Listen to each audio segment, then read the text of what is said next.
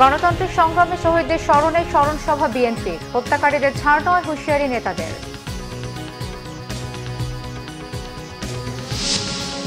আগামীকাল থেকে অস্থিরতা তৈরি হলে সব কারখানা বন্ধের হুঁশিয়ারি মালিকদের। পোশাক খাতে অস্থিতিশীলতার পেছনে ভারতের ভূমিকা আছে বললেন উপদেষ্টারা। সাবেক স্বরাষ্ট্রমন্ত্রী আসাদুজ্জামান খানের ছেলে জ্যোতি 4 দিনের রিমান্ডে। আন্দোলনে রাজশাহীতে 2 পিস্তল দিয়ে গুলি চালানো জহিরুল গ্রেফতার। নিম্নচাপের প্রভাবে রাজধানী সহ সারা দেশে বৃষ্টিপাত কালও অব্যাহত থাকবে। দুর্ভোগে মানুষ। কক্সবাজারে ট্রলার ডুবিতে 3 জনের মরদেহ উদ্ধার। দেখছিলেন ক্রাউন 7 সংবাদ শিরোনাম, এবারে বিস্তারিত। রাষ্ট্রের তরফ থেকে গত 16 বছরে শহীদ পরিবারকে ক্ষতিপূরণ দেওয়ার আহ্বান জানিয়েছেন বিএনপি মহাসচিব মির্জা ফখরুল ইসলাম আলমগীর। কেন্দ্রীয় শহীদ মিনারে আয়োজিত স্মরণ সভায় তিনি এই আহ্বান জানান। ছাত্র জনতার অভ্যুত্থানে এবং বিগত 17 বছর স্বৈরাচারের বিরুদ্ধে গণ আন্দোলনে যারা নিহত হয়েছেন তাদের স্মৃতির প্রতি শ্রদ্ধা জানিয়ে এই স্মরণ সভার আয়োজন করে বিএনপি। গণতন্ত্রের সংগ্রামে শহীদদের স্মরণে এই স্মরণ সভায় শহীদ পরিবার ও নির্যাতিত পরিবারের সদস্যরা তাদের অনুভূতি ব্যক্ত করেন, জানান নির্মমভাবে স্বজন হত্যার কথা। দুর্বিষহ সময়ের কথা বলতে গিয়ে এ সময় আবেগপ্রবণ হয়ে পড়েন তারা। স্মরণ সভায় যোগ দিতে শহীদ মিনারে জড়ো হন বিএনপি এবং এর বিভিন্ন অঙ্গ ও সহযোগী সংগঠনের নেতাকর্মীরা। এছাড়াও আগামীকাল আন্তর্জাতিক গণতন্ত্র দিবসে নয়াপল্টনে সমাবেশ করবে বিএনপি। 16 বছর ধরে এবং বর্তমানে আন্দোলনে তাদের সকলকে রাষ্ট্রের তরফ থেকে তাদের ক্ষতিপূরণ দিতে হবে এবং তাদেরকে ভাতা দিতে হবে, প্রদান করতে হবে। এটা অত্যন্ত জরুরি ব্যাপার।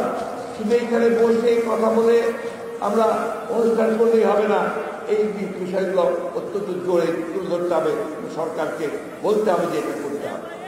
দ্বিতীয়ত আরেকটি কথা আমি আজকে বলতে চাই যে 16 বছর ধরে আমরা যারা গণতন্ত্রের জন্য সংগ্রাম করছি, আমরা অত্যন্ত নির্যাতিত হয়েছি, নিপীড়িত হয়েছি। আমাদের প্রায় 700 ভাই বোন তারা গুম হয়ে গেছে।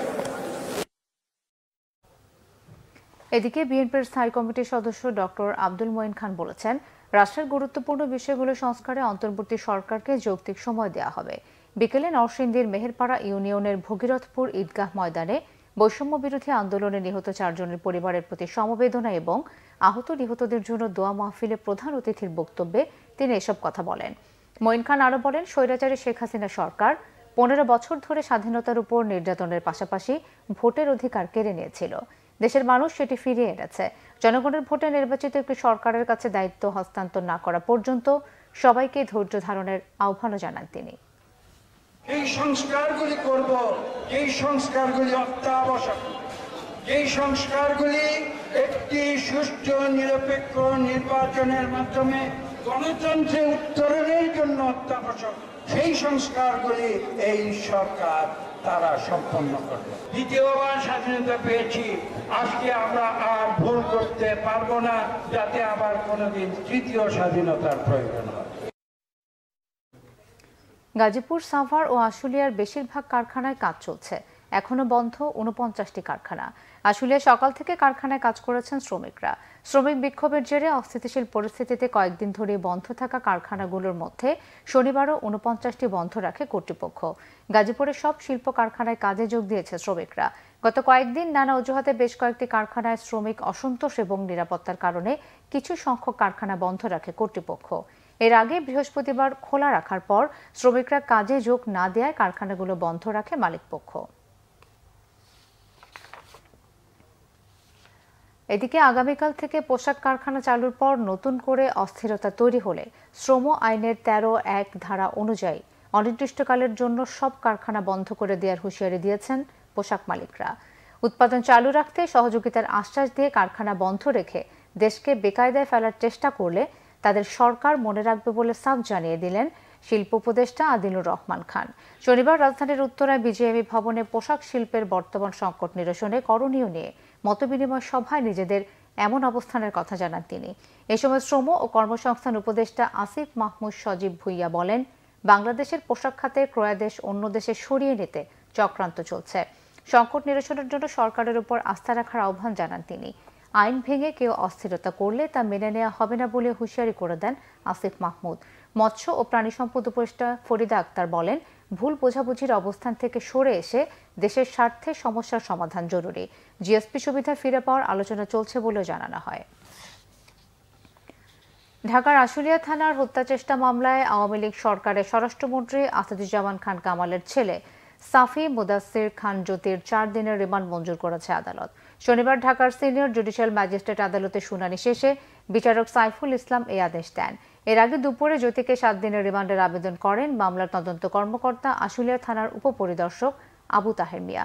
শুক্রবার রাত 3টার দিকে রাজধানী থেকে সাবেক স্বরাষ্ট্রমন্ত্রীর ছেলে জ্যোতিকে গ্রেফতার করা হয়। জ্যোতি পারিবারিক ব্যবসা প্রতিষ্ঠান সাভার রিফ্র্যাক্টরিজ লিমিটেডের ব্যবস্থাপনা পরিচালক। 5 আগস্ট শেখ হাসিনার সরকার পতনের পর থেকেই খোঁজ নেই সাবেক স্বরাষ্ট্রমন্ত্রী আসাদুজ্জামান খান কামালের। রাজশাহীর বোয়ালিয়ায় 2 হাতে 2 পিস্তল দিয়ে ছাত্র জনতার উপর গুলিবর্ষণকারী জহিরুল ইসলাম ওরফে রুবেলকে গ্রেফতার করেছে র্যাব। শুক্রবার রাতে কুমিল্লার দাউদকান্দি এলাকায় অভিযান চালিয়ে তাকে গ্রেফতার করা হয়। বিষয়টি নিশ্চিত করেছেন র্যাবের লিগ্যাল অ্যান্ড মিডিয়া উইংয়ের পরিচালক লেফটেন্যান্ট কর্নেল মুনিম ফেরদৌস। তিনি জানান, গত 5 আগস্ট রাজশাহী মহানগরীর বোয়ালিয়া এলাকায় বৈষম্য বিরোধী ছাত্র আন্দোলনের বিক্ষোভ চলাকালীন ছাত্র জনতার উপর হামলা ও গুলিবর্ষণ করেন রুবেল নামে এই সন্ত্রাসী। এমন একটি ভিডিও সামাজিক যোগাযোগ মাধ্যমে ভাইরাল হয়। দেখা যায় 2 হাতে 2টি পিস্তল নিয়ে ছাত্র জনতার উপর গুলি চালাচ্ছিলেন রুবেল। গভীর স্থল নিম্নচাপের কারণে দেশের বিভিন্ন জায়গায় মাঝারি থেকে ভারী বৃষ্টি হচ্ছে। পটুয়াখালীর কলাপাড়ায় টানা বৃষ্টিতে জনজীবনে স্থবিরতা নেমে এসেছে। ভোগান্তিতে পড়েছে সাধারণ মানুষ। বিভিন্ন জায়গায় জলাবদ্ধতার সৃষ্টি হয়েছে। তলিয়ে আছে আমন ক্ষেত। এতে দুশ্চিন্তায় পড়েছেন চাষিরা। উত্তাল রয়েছে কুয়াকাটা সংলগ্ন বঙ্গোপসাগর। স্বাভাবিকের চেয়ে নদ নদীর পানির উচ্চতা এবং বাতাসের তীব্রতাও অনেকটা বেড়েছে। উপকূলীয় এলাকা দিয়ে ঝোড়ো হাওয়া বয়ে যাওয়ার শঙ্কায় পটুয়াখালীর পায়রা সহ সব সমুদ্র বন্দরকে 3 নম্বর স্থানীয় সতর্ক সংকেত দেখিয়ে যেতে বলা হয়েছে। আলিপুর মহিপুর মৎস্য বন্দরে হাজারো মাছ ধরার ট্রলার আশ্রয় নিয়েছে। বৈরী আবহাওয়ায় বরিশালের অভ্যন্তরীণ রুটে লঞ্চ চলাচল বন্ধ করেছে বিআইডব্লিউটিএ। বঙ্গোপসাগরে ঝড়ের কবলে পড়ে কক্সবাজারে ফিশিং বোট ডুবির ঘটনায় 3 জেলের মরদেহ উদ্ধার করা হয়েছে। শুক্রবার রাতে ও আজ সকালে কক্সবাজার সমুদ্র সৈকতের হিমছড়ি ও লাবণী পয়েন্ট থেকে তাদের লাশ উদ্ধার করা হয়। জেলেদের বাড়ি চট্টগ্রামের লোহাগড়া ও বাঁশখালী বলে জানা গেছে। জেলেরা জানান, বঙ্গোপসাগরের ঝড়ের কবলে পড়ে শুক্রবার বিকেলে কলাতলি পয়েন্টে 23 জেলে সহ এফবি রশিদা নামের একটি ফিশিং ট্রলার ডুবে যায়। এ সময় জামাল নামের এক জেলের মরদেহ উদ্ধার করে লাইফগার্ড কর্মীরা। এছাড়াও ওই সময় জীবিত অবস্থায় 19 জনকে উদ্ধার করা সম্ভব হলেও একই বোটের আরও 3 জেলে নিখোঁজ থাকে। শনিবার সকালে হিমছড়ি ও সমিতিপাড়া সৈকতে ভেসে আসে 2 জেলের মরদেহ।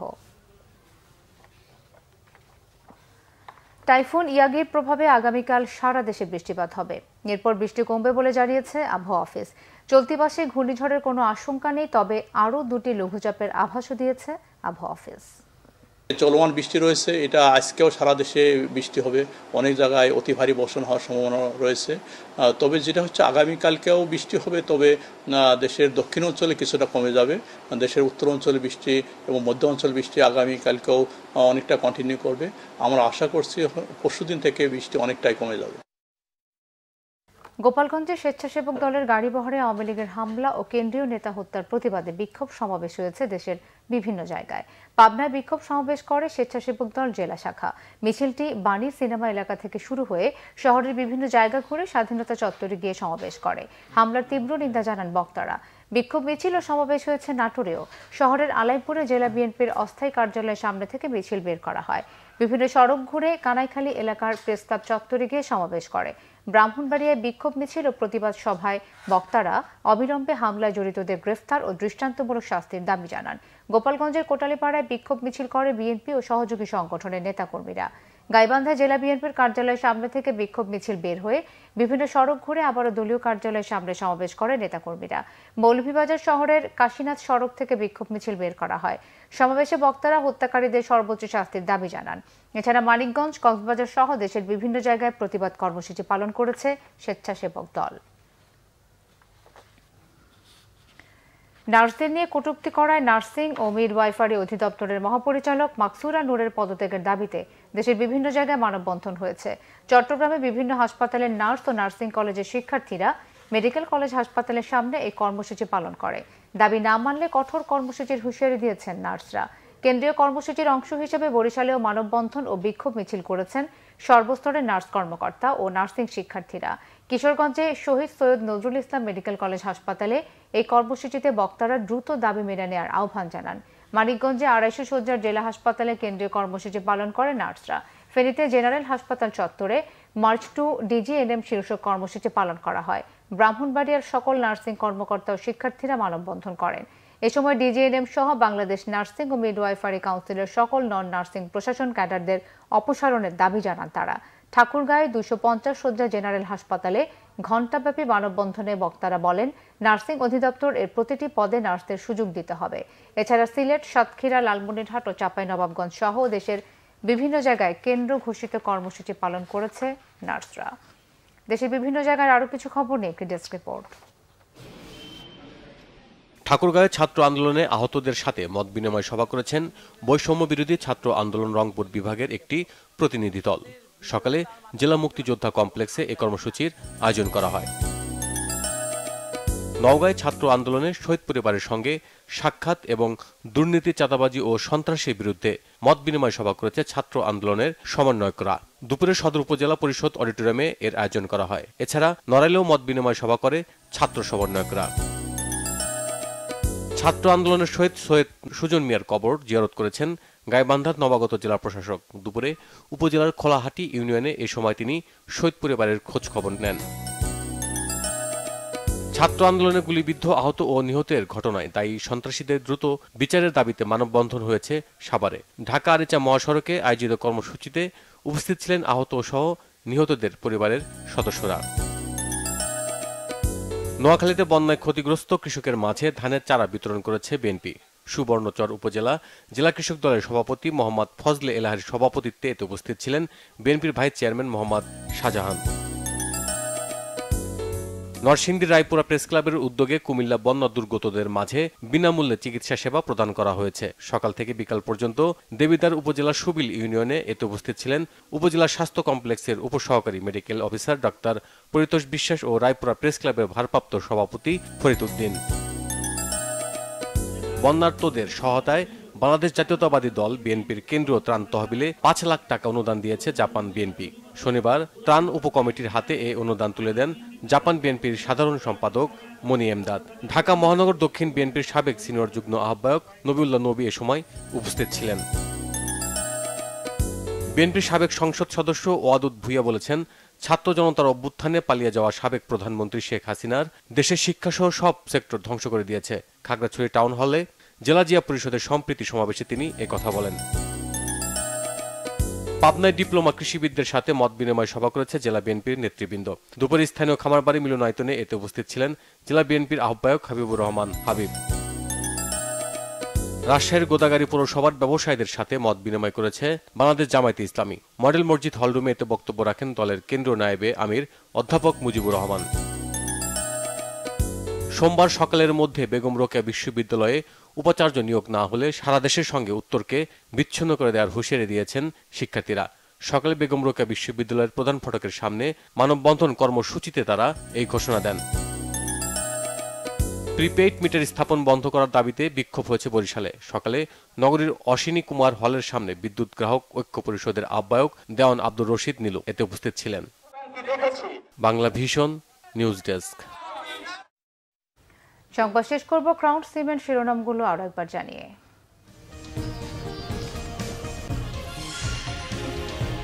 গণতন্ত্রের সংগ্রামে শহীদদের স্মরণে স্মরণ সভা বিএনপির, হত্যাকারীদের ছাড় নয় হুঁশিয়ারি নেতাদের। আগামীকাল থেকে অস্থিরতা তৈরি হলে সব কারখানা বন্ধের হুঁশিয়ারি মালিকদের। পোশাক খাতে অস্থিতিশীলতার পেছনে ভারতের ভূমিকা আছে বললেন উপদেষ্টারা। সাবেক স্বরাষ্ট্রমন্ত্রী আসাদুজ্জামান খানের ছেলে জ্যোতি 4 দিনের রিমান্ডে। আন্দোলনে রাজশাহীতে 2 পিস্তল দিয়ে গুলি চালানো জহিরুল গ্রেফতার। নিম্নচাপের প্রভাবে রাজধানী সহ সারা দেশে বৃষ্টিপাত কাল অব্যাহত থাকবে, দুর্ভোগে মানুষ। কক্সবাজারের ট্রলার ডুবিতে 3 জনের মরদেহ উদ্ধার।